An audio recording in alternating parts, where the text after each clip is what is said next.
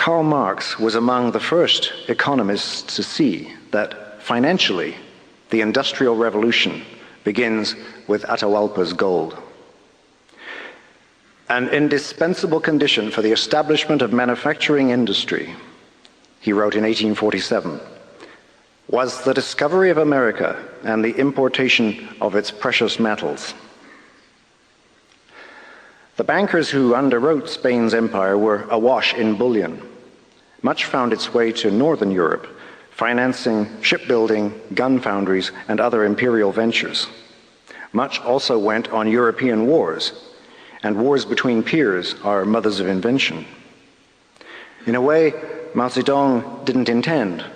Power would indeed grow from the barrel of a gun. From the cannon's reeking tube descends the cylinder of the steam and petrol engines. Gold and silver formed just one side of a transatlantic triangle of loot, land, and labor. The New World's widowed acres, and above all its crops, would prove far more valuable than its metal in the long run. At their Thanksgiving dinners, devout Americans thank their God for feeding them in a wilderness. They then devour a huge meal of turkey, maize, beans, squash, pumpkin, and potatoes. All these foods, unknown to pre-Columbian Europe, and presumably its God, had been developed over thousands of years by New World civilizations. It's also hard to imagine curry without chilies, Italian food without tomatoes, the Swiss with no chocolate, and the British with fish but no chips. Besides their effect on diet, the new crops brought a dramatic rise in output in Africa and Asia, as well as in Europe. Maize and potatoes are about twice as productive as wheat and barley. Populations rose, and large numbers of people left the farm, generating labor surpluses from Britain to the Gold Coast. In the north, these people ended up in mills and factories, while in Africa, they became foreign exchange for manufactured goods, especially guns. Later, Europe also began exporting surplus people to fill the prairies and the pampas. With the invention of farm machinery, the old world grains became less labor-intensive, and with the rediscovery and worldwide use of guano, another gift of Inca agriculture, crop yields soared. And when the guano deposits and other natural fertilizers were exhausted, commercial farming became almost entirely dependent on chemical fertilizers made from oil and gas. Fossil energy not only powers, but feeds the modern world. We are actually eating oil. I'm Paul Kennedy, and this is Ideas. From the Macmillan Theatre at the University of Toronto, you're listening to The Rebellion of the Tools, the fifth and last of Ronald Wright's 2004 Massey Lectures, A Short History of Progress. We will never know when, where, or even whether the Industrial Revolution would have happened had America not existed. My guess is that it would, but later and more gradually. It might have begun in China rather than Europe, or in both. But that's for the what-if school of history.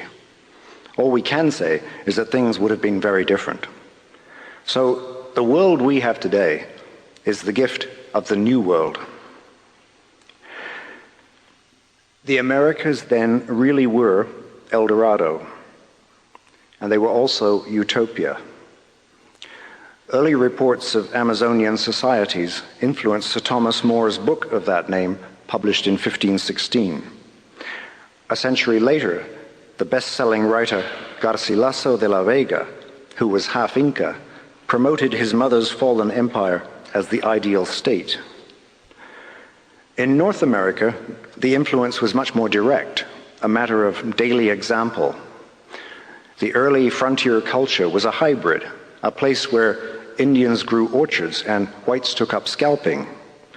Settlers fought, traded, and intermarried with self-governing native peoples who practiced social equality, free debate in council, and the rule of consensus. Their whole constitution breathes nothing but liberty. wrote James Adair of the Cherokees in 1775. Benjamin Franklin made similar observations about the Iroquois Confederacy, which he urged the 13 colonies to emulate. The whites were particularly impressed by the way dissenters would simply leave the rest of their nation and form an independent group.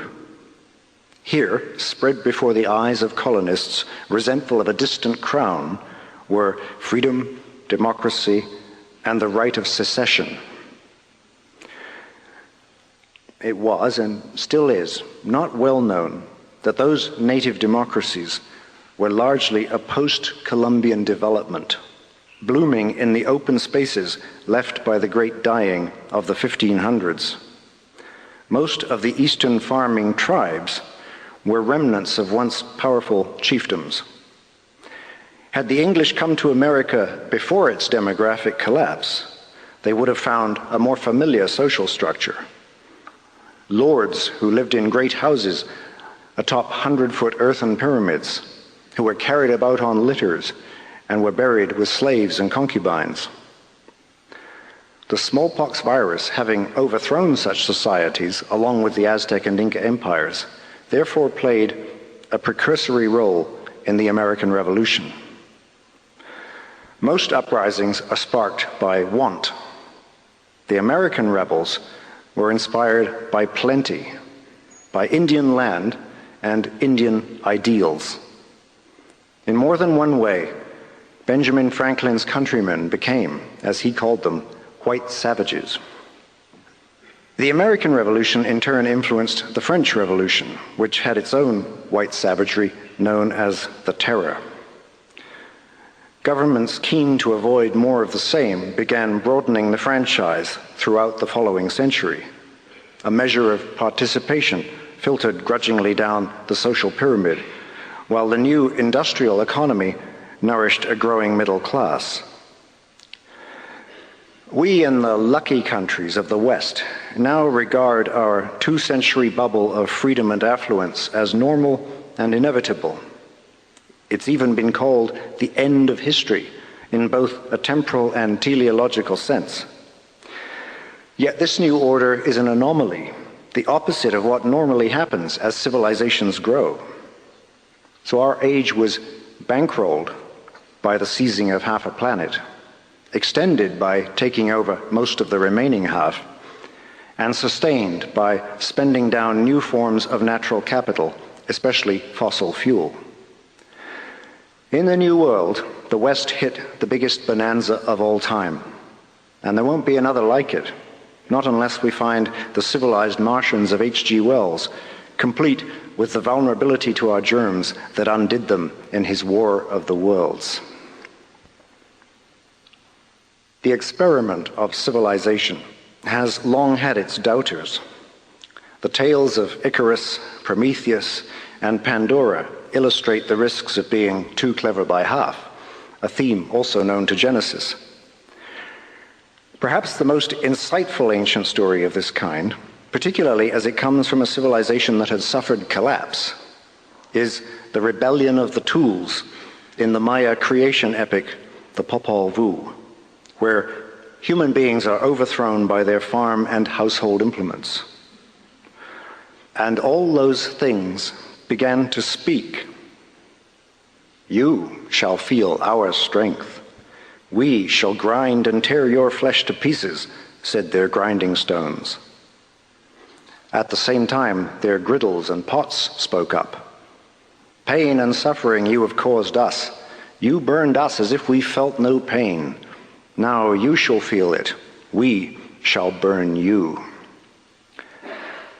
As the Cuban writer Alejo Carpentier pointed out, this is our first explicit warning of the threat in the machine. Such warnings became common in the 19th century when, for the first time ever, wrenching technical and social change was felt within a single lifetime.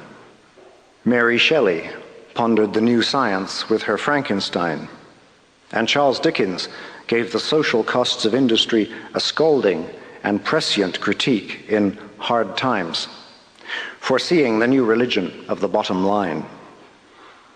Every inch of the existence of mankind, from birth to death, he wrote in 1854, was to be a bargain across a counter.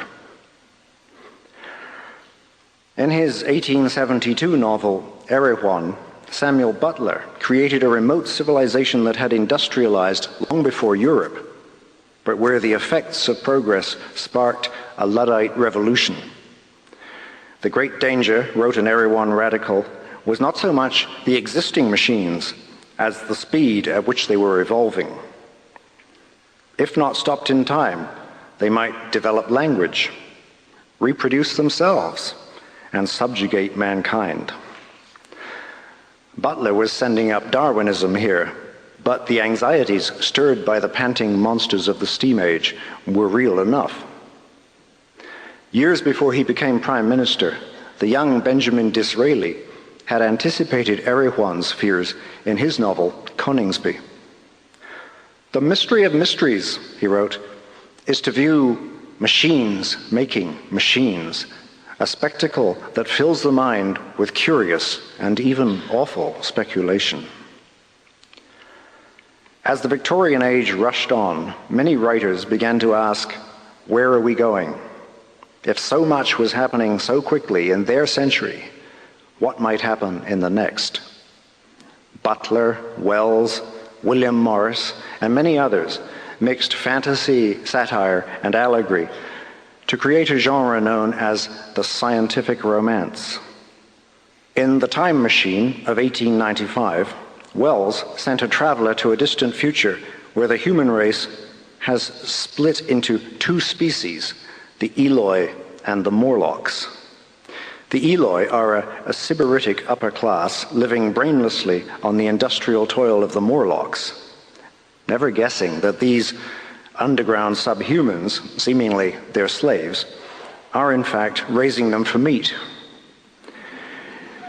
In his News from Nowhere, William Morris, perhaps better known nowadays for Wallpaper, dreamt up a post-industrial new age, a utopia of honest workmanship and free love, from which he attacked the first great wave of globalization, the world market ruled by the steamship, the telegraph, and the British.